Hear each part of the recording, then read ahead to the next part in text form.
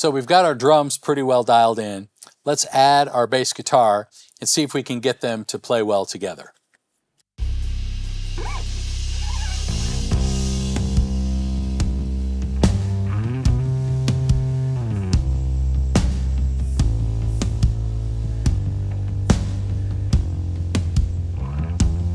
One thing that's interesting to note right away is as soon as the bass came in, some of that drum verb that we just had in our perspective kind of went away a little bit. It felt like there was less drum verb, even though I didn't move the fader at all. It was just having that sort of low foundational element in there kind of affected the sound of the reverb. That's why it's so important not to mix in a vacuum. I don't want you to sort of get rocking on the sound of your drums and then take them in a different context and it collapses or it's not as effective. That's why it's so important, especially in a rehearsal, in a sound check. Rehearse with as many elements in there as you can so that, have you ever built a mix for your drums and you feel like, okay, I'm rocking, then you bring in those vocal mics and everything falls apart?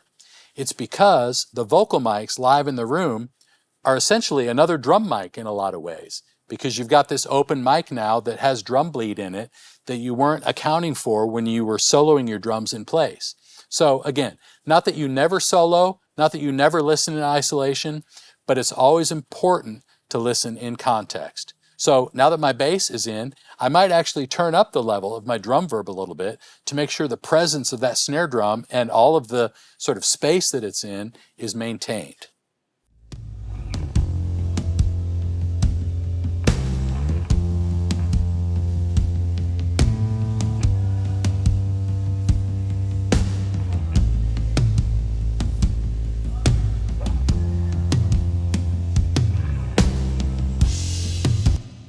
So drums and bass together is so important. The great thing about this band is that you've got two people who play really well together.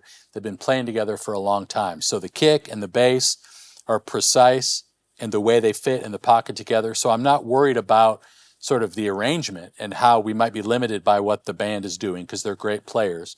The other thing is what's coming from the bass guitar to me in terms of the quality of the source is excellent. He's a great player.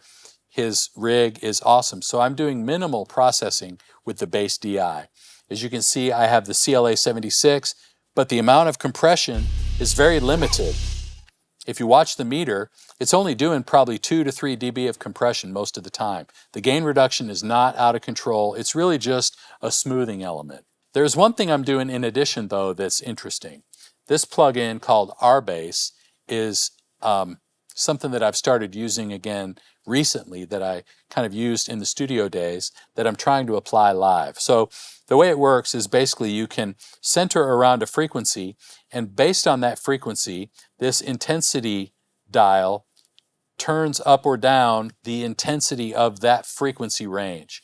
So for me, sometimes what I'll do is, like coming into a chorus, I may have this plug-in bypassed, and then on the downbeat of the chorus, bring it in so that the low frequency information just kind of goes whoo, and you get this lift of the bottom end of the mix based on the intensity of this particular frequency. So as you can see, I'm centered around 57 hertz.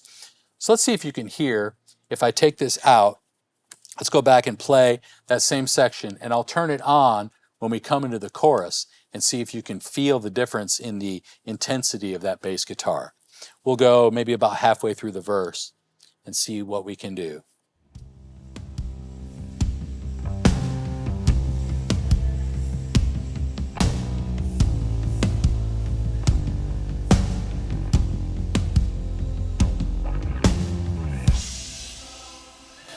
In.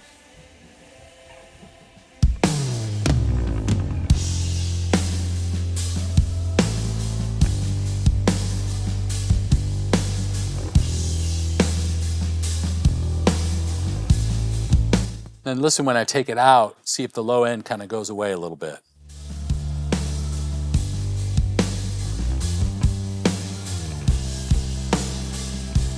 Now back in.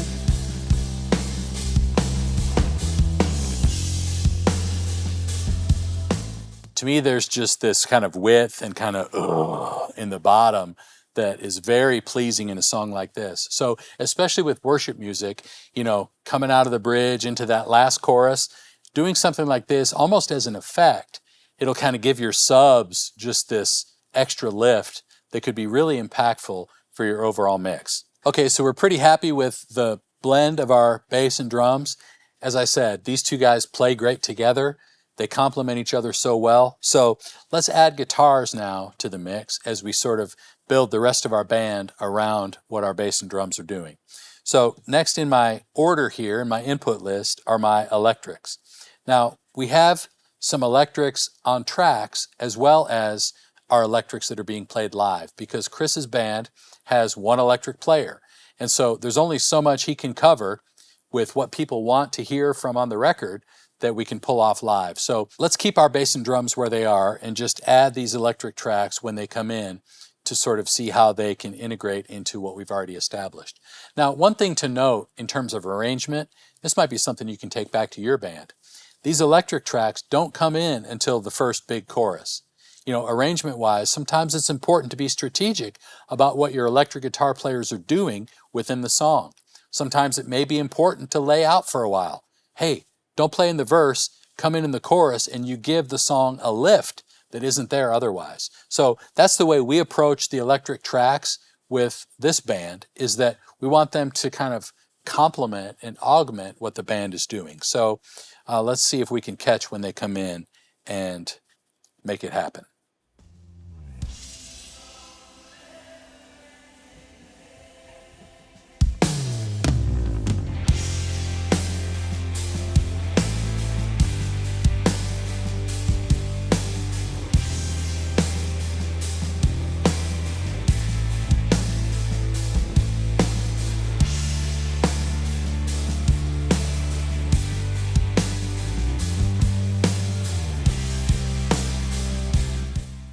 So if we solo that just for a second, you can hear kind of more about what the parts are doing.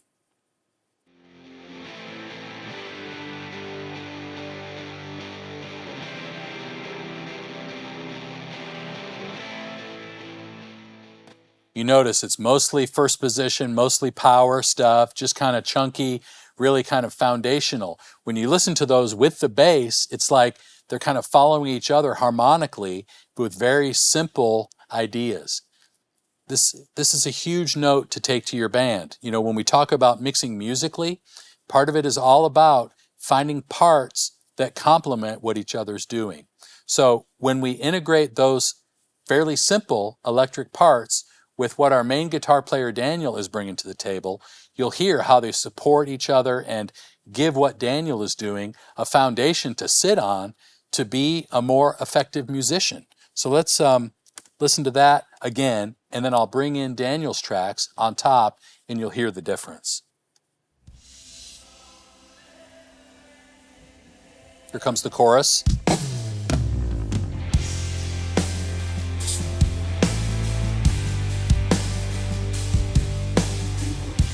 Now here comes the main electric.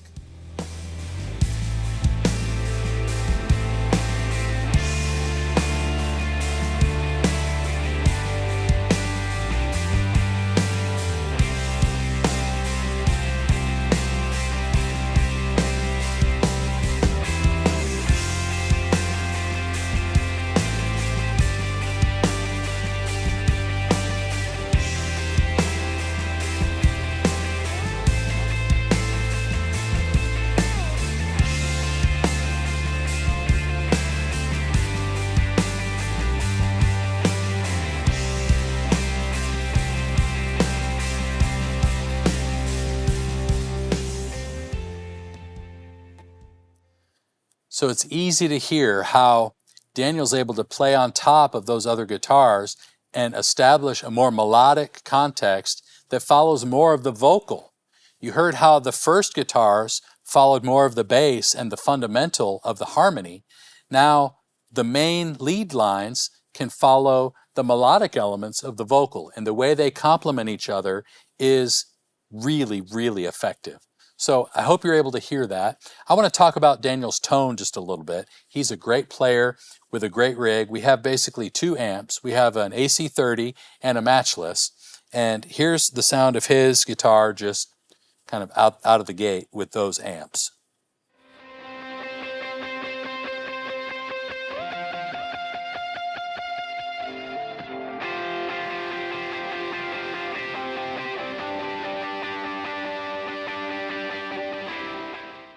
Here's one amp.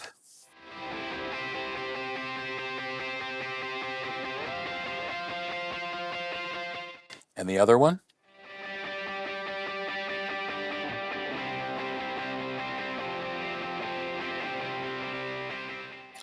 So pretty similar in terms of their impact, and having them together in the mix is just a great way to kind of provide a great tone. In terms of processing, I love this Puigchild 660 plugin. It's an emulation of a Fairchild limiter, and there's a preset in it called Rock Guitar that I've used for years on his guitar rig. I think it just adds a little bit of compression, a little bit of just kind of character to the tone that I'm not doing a ton in terms of gain reduction. Okay, so let's listen to the guitar tone kind of with the plug-in and then without. Now, granted, this limiter is doing a little bit of kind of gain compensation, a little more output gain when it does its gain reduction. So it is changing the level of the sound, but I think it also changes the kind of thickness and just the overall feel of the sound. So let's listen real quick and see if we can get a picture of what that's doing.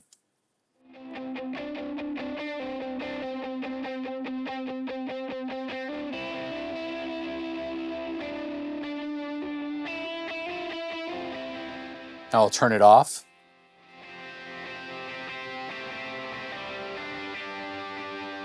And back on.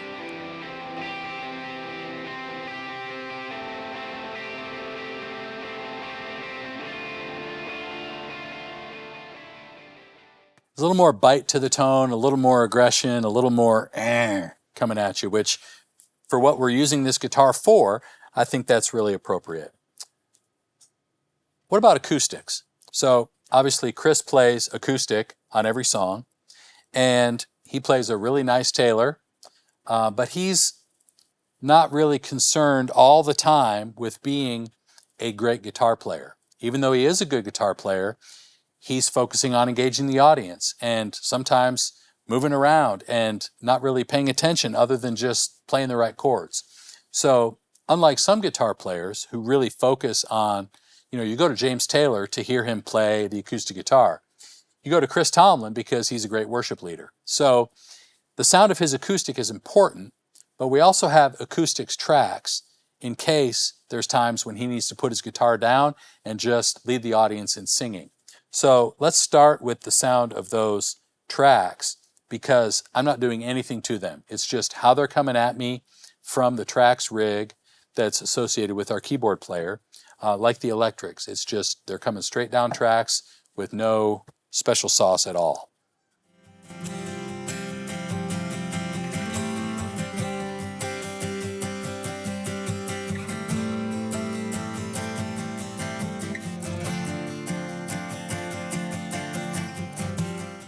So it's really just a nice thick acoustic sound. Here's Chris's acoustic.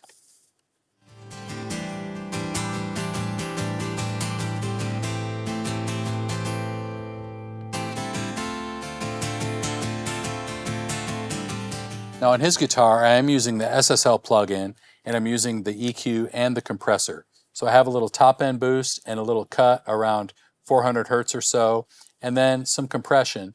And that compression can vary depending on how he's playing that day and how hard he's playing. So I'll check this from time to time. I really don't want it to get above the 6 dB gain reduction meter. So if he's somewhere between 3 and 6 dB, that's kind of where I like for it to live. And so let's listen to that again.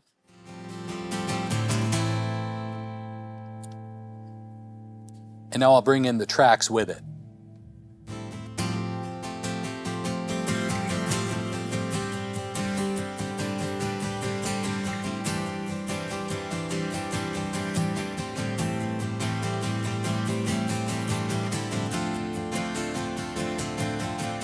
If his guitar needs to go away for some reason, I still have the sound of the acoustic from the tracks, but when they're together, I think they complement each other really well. It's just a nice, thick acoustic guitar sound. So if we unmute those and then bring in all of the guitars with the bass and drums, let's see what we've got.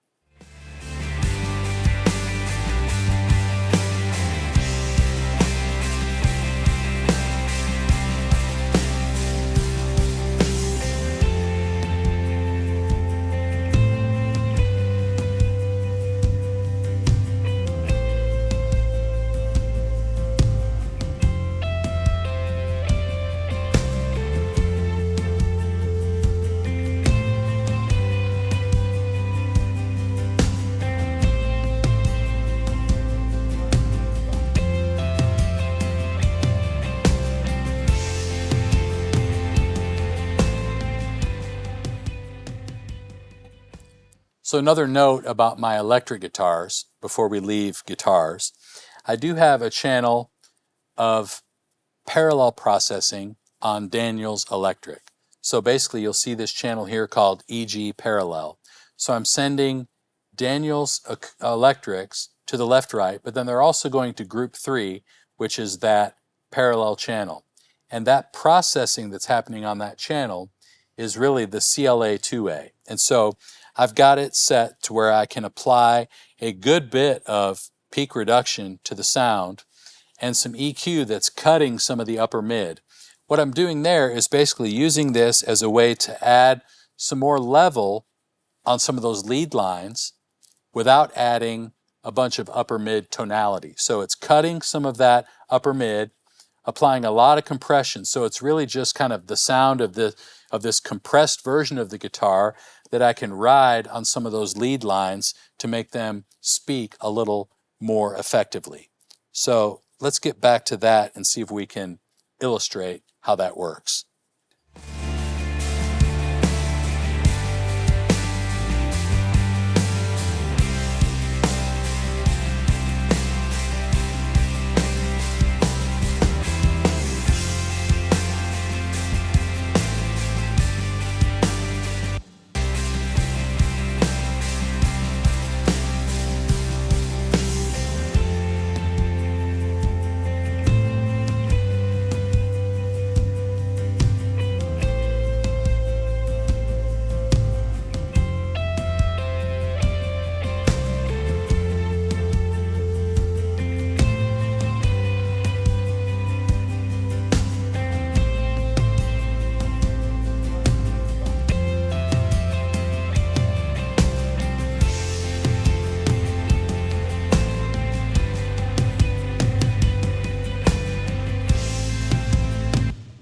So that's riding the level of that compressed channel to basically accentuate those lead lines without just bombarding people with upper mid kind of stuff that might conflict with what's in the vocal. Let me do that again without the parallel channel and just see if you can hear the difference. So we'll start with it in, I'll just take it out and you can hear how it changes a little bit.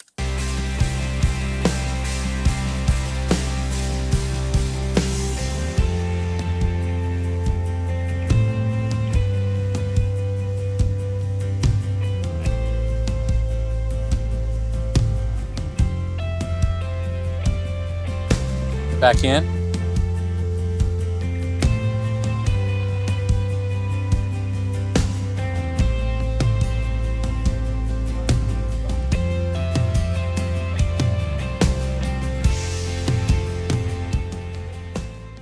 It helps it get bigger without it getting abrasive. So again, not that you have to do this, it's just another convenient workflow within LV1 to be able to provide some parallel processing in a way that can be pretty effective without having to worry about going out of the console and back in and inducing any kind of time shift or latency problems or phasing, because all the delay compensation is done within the box. So it can make parallel processing easier to understand and easier to apply. One more thing about our sort of instruments is this instrument verb channel. So on my acoustics, I have a little bit of this H reverb plug-in, and it's just a little bit of It's a very simple warm plate that I'm adding to my acoustics and the piano when it comes in to be able to just sort of add some space to what those instruments are doing. So let me solo the acoustics and I'll bring the reverb in and out so you can hear how much it adds to the sound of the space and adds a little sparkle to the tonality and really helps the acoustics speak in a good way.